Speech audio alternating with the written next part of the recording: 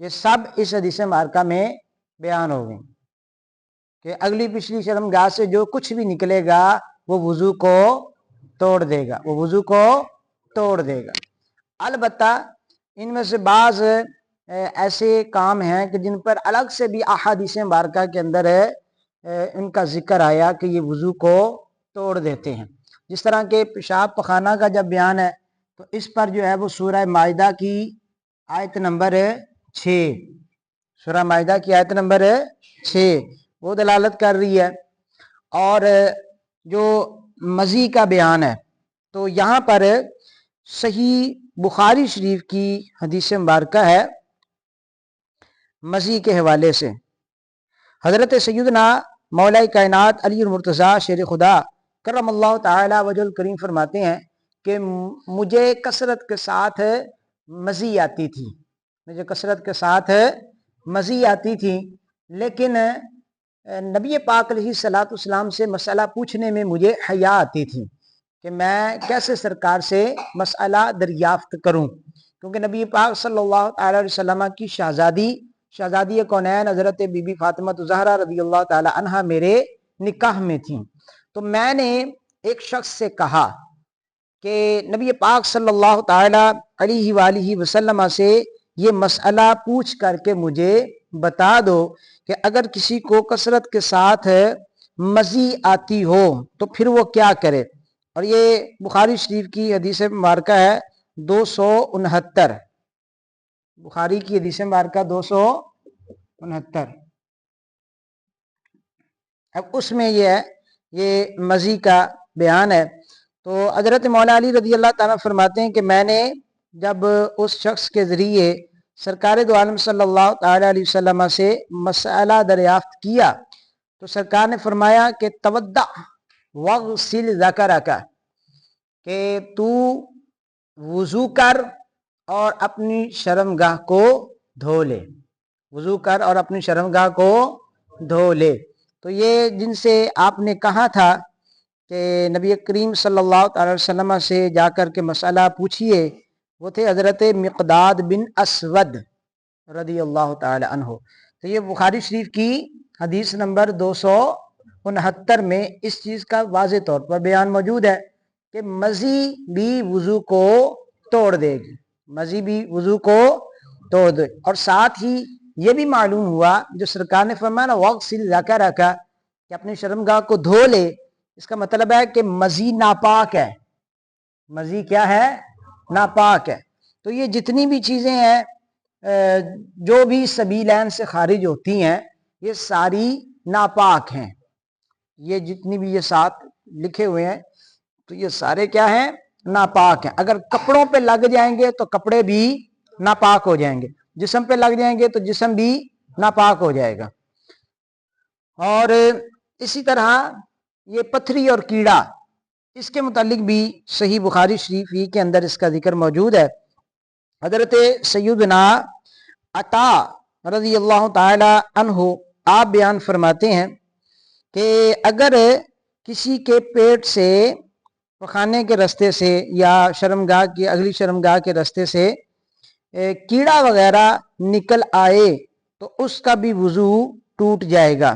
یہ حدیث نمبر ہے 176، صحیح بخاری کی 176 حدیث پر تعلیقاً امام بخاری علیہ رحمہ اس چیز کو لے کر آئے، پتھری اور کیڑا پر۔ فرماتے ہیں کہ وقال عطا، اور حضرت عطا رضی اللہ تعالی عنہ بیان فرماتے ہیں فی من یخرج من دبرہ الدود، کہ وضو اس شے سے بھی لازم ہو جائے گا کہ جو اس کی شرمگاہ سے نکلے، یعنی کہ جس طرح کے کیڑا۔ تو اب یہ حدیث مبارکہ تعلیقاً جو امام بخاری لے کر آئے، بخاری کی حدیث نمبر ہے 176، حدیث نمبر کیا ہوگی؟ 176۔ تو فقہاء کرام علیہم رضوان نے اچھا جب مزی سے وضو فرض ہے تو پھر منی سے بھی وضو فرض ہو جائے گا، منی بھی وضو کو توڑ دے گی۔ یہ اللہ تعالیٰ کے اس فرمان سے بھی ثابت ہوتا ہے جو سورہ مائدہ میں ہے کہ اللہ فرماتا ہے او لامستم النساء، او لامستم النساء، یا جب کہ تم عورتوں سے صحبت کر بیٹھو، جب تم نے عورتوں سے صحبت کی تو پھر آگے فرمایا پانی نہ پاؤ تو تیمم کرو، یعنی عورت سے جب صحبت کرے گا بندہ تو جو رزلٹ اس کا ہے وہ کیا ہے؟ منی کا خراج ہے، تو منی کے خارج ہونے سے بھی وضو ٹوٹ جائے گا، مزی کے خارج ہونے سے بھی وضو ٹوٹ جائے گا، ودی کے خارج ہونے سے بھی وضو ٹوٹ جائے گا۔ تو یہ 7 چیزیں وہ جو سبیلین سے نکلیں۔ سرکار فرماتے ہیں کہ لا ينقض الوضوء الا ما خرج من قبل او دبر، کہ جو اگلی یا پچھلی شرمگاہ سے نکلے وہ وضو کو توڑ دیتا ہے، وہ وضو کو توڑ دیتا ہے۔ اسی طرح کوئی بیماری کسی کو لگی ہوئی ہے اور اس نے دوا استعمال کی، جس طرح کہ بواسیر والوں کو وہ دوائی دی جاتی ہے، وہ ٹوب وغیرہ وہ استعمال کرتے ہیں، تو اگر وہ دوائی چڑھائی اس نے اور پھر اس میں سے کچھ نکلا وہ بھی وضو کو توڑ دے گا، بات سمجھے؟ تو یہ صرف یہ باتیں جو 7 بیان ہوئی، اس کے علاوہ بھی جو کچھ بھی، مثال کے طور پر ان جگہوں سے جو ہے وہ خون نکلا، پیپ نکلی، ہاں جی، پیٹ کے اندر زخم ہو گیا، انتڑیوں میں زخم ہو گیا، تو جو کچھ بھی نکلے گا سبیلین سے وہ وضو کو توڑ دے گا۔ ٹھیک ہو گیا جی؟ اب اس کو میں مٹا دیتا ہوں، آگے چلتے ہیں درود پاک پڑھنے تک۔ الصلاۃ والسلام علیک وعلی آلک واصحابک یا سیدی یا حبیب اللہ، الصلاۃ والسلام۔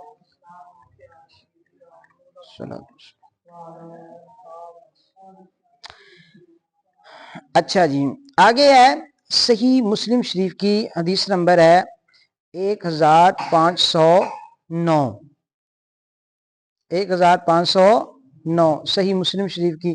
اس میں حضرت سیدنا ابو ہریرہ رضی اللہ تعالی عنہ سے کسی نے پوچھا کہ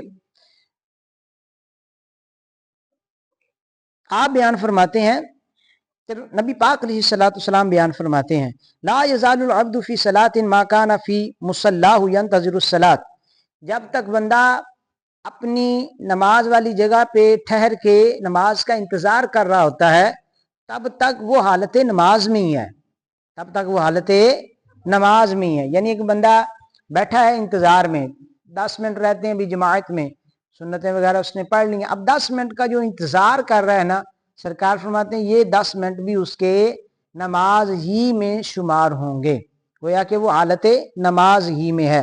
وتقول الملائکہ، اور فرشتے اس کے لیے دعا کرتے ہیں، کیا؟ اللہم اغفر لہو اللہم ارحمہ، اے اللہ اس بندے کی مغفرت فرما دے، اے اللہ اس بندے پر رحم فرما، جو نماز کا انتظار کر رہا ہوتا ہے۔ فرمایا حتی ینصرف او یحدث، یہاں تک کہ وہ اپنی جگہ سے اٹھ کر کے چلا جائے۔ یہ دعا کب تک ہوتی ہے اور یہ ثواب کب تک ملتا ہے؟ جب تک وہ بیٹھا ہوا ہے، اور اگر وہ وہاں سے اٹھ کر کے چلا گیا تو اب یہ نماز والا ثواب اس کو نہیں ملے گا اور فرشتوں کی دعا بھی موقوف ہو جائے گی۔ تو جب وہ اٹھ کر کے چلا گیا یا اس کو حدث لاحق ہوا، یا اس کو کیا لاحق ہوا؟ حدث، تو قلت ما یحدث، فرماتے ہیں کہ میں نے عرض کی یا رسول اللہ صلی اللہ علیہ وسلم یہ حدث سے کیا مراد ہے؟ کہ آپ نے فرمایا کہ جب اس کو حدث ہو جائے، تو فرمایا قال یفسو او یغرط، فرمایا اس سے مراد یہ ہے کہ اس کی ہوا خارج ہو جائے، چاہے آواز کے ساتھ ہو چاہے بغیر آواز کے ہو۔ ٹھیک ہو گیا؟ اب اس کا مطلب ہے ہوا کا خارج ہو جانا بھی وضو کو توڑ دے گا، ہوا کا خارج ہونا بھی وضو کو توڑ دے گا۔ تو نمبر 8 پہ فقہائے کرام فرماتے ہیں کہ ہوا کے خارج ہونے سے وضو ٹوٹ جائے گا۔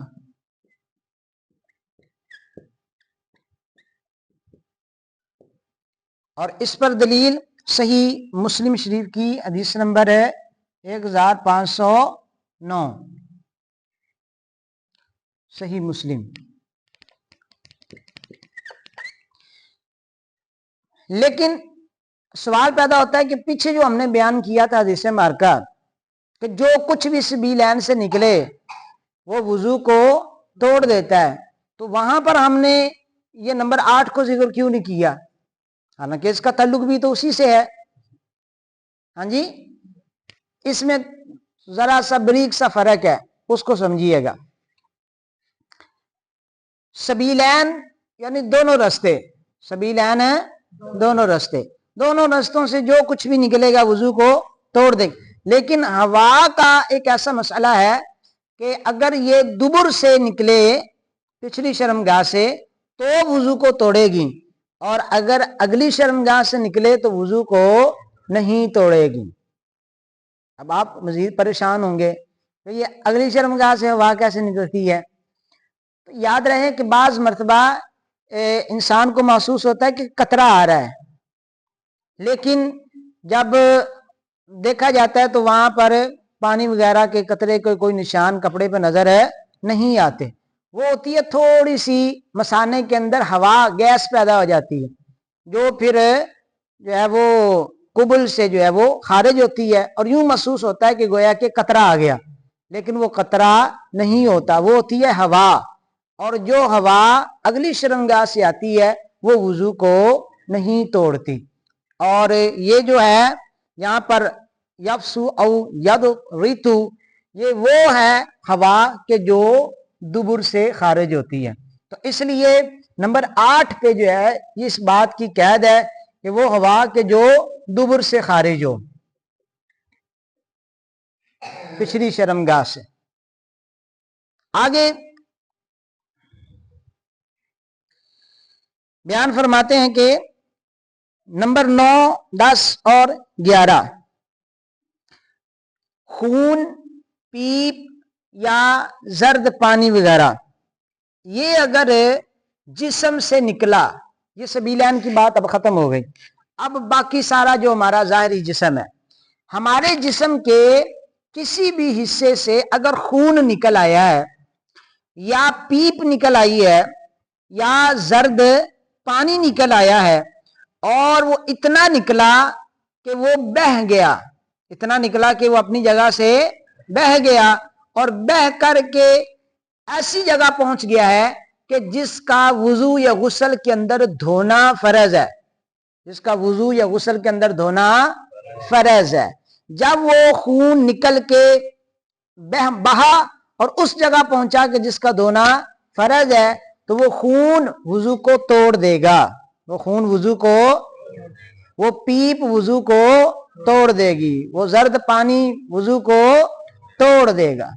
اب اس پر جو ہے وہ حدیث مبارکہ ہے، دارقطنی ہی کی حدیث مبارکہ ہے، نبی پاک صلی اللہ علیہ وسلم کا ارشاد گرامی ہے، الوضوء من کل دم سائل، ہر بہنے والے خون سے وضو ٹوٹ جاتا ہے اور دوبارہ وضو کرنا جو ہے وہ لازم ہے. تو نمبر 9 پہ آ جائے گا خون، نمبر 10 پہ آ جائے گا پیپ،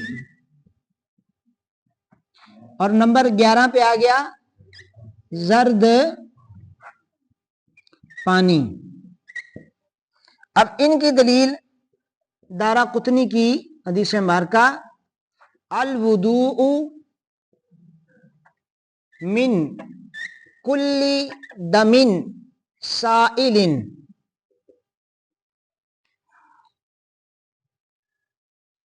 الوضوء وضو ٹوٹ جائے گا، من کل دم سائل ہر بہنے والے خون سے، ہر بہنے والے خون سے وضو ٹوٹ جائے گا. اب اس پر تھوڑی سی گفتگو سماعت فرما لیں.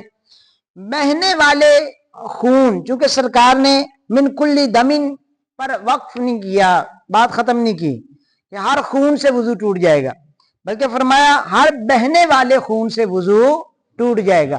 اگر کسی کو ایسا زخم لگا ہے کہ خون تو نکلا لیکن بہا نہیں، خون تو نکلا لیکن بہا نہیں ہے، جس طرح سوئی کی نوک جو ہے وہ لگ گئی، اب وہ خون جو ہے وہ نکلا اور صرف اپنی جگہ پہ چمکا ہے، زیادہ سوئی نہیں لگی کہ وہ نکل کر کے بہنا شروع ہو جائے، بس وہ نکلا ہے اور چمکا ہے.